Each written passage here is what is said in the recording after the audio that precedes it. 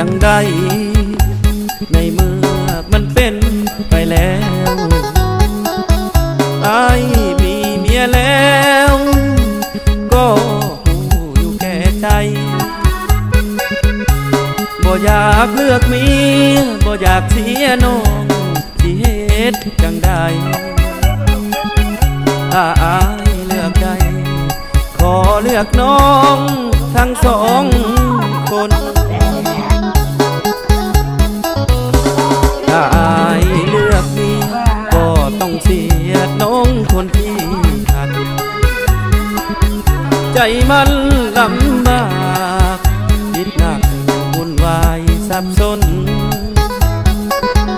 แต่ว่าตอนนี้อยากเก็บไว้ในใจสองคนอายหักหน้าบนเมียอายก็หักคือกัน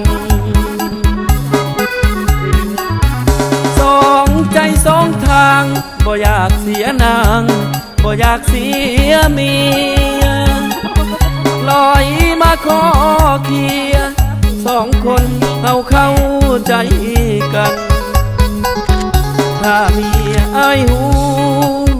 คงจบแล้วความสัมพันธ์ขาดสะบั้นฝันคงสิ้นสลายคิดไปใจเพียอยากเลือกทั้งเมียอยากเลือกทั้งน้อ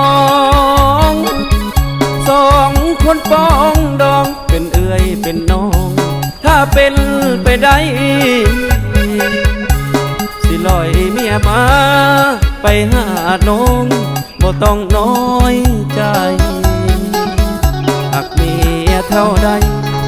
อายก็หักน้องเจ้าเท่านั้น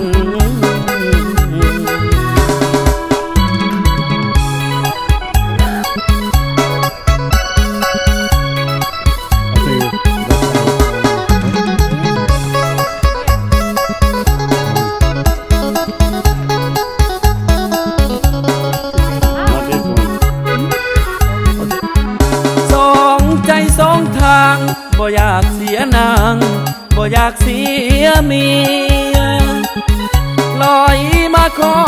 เคียร์สองคนเอาเข้าใจกันถ้าเมียอายหูคงจบแล้วความสัมพันธ์ขาดสะบั้นฝันคงสิ้นสลายไปใจเพียอยากเลือกทั้งเมียอยากเลือกทั้งน้องสองคนป้องดองเป็นเอื้อยเป็นน้องถ้าเป็นไปได้สิลอยเมียมาไปหาน้องบ่ต้องน้อยใจหากเมียเท่าใดอายก็หักน้องเจ้า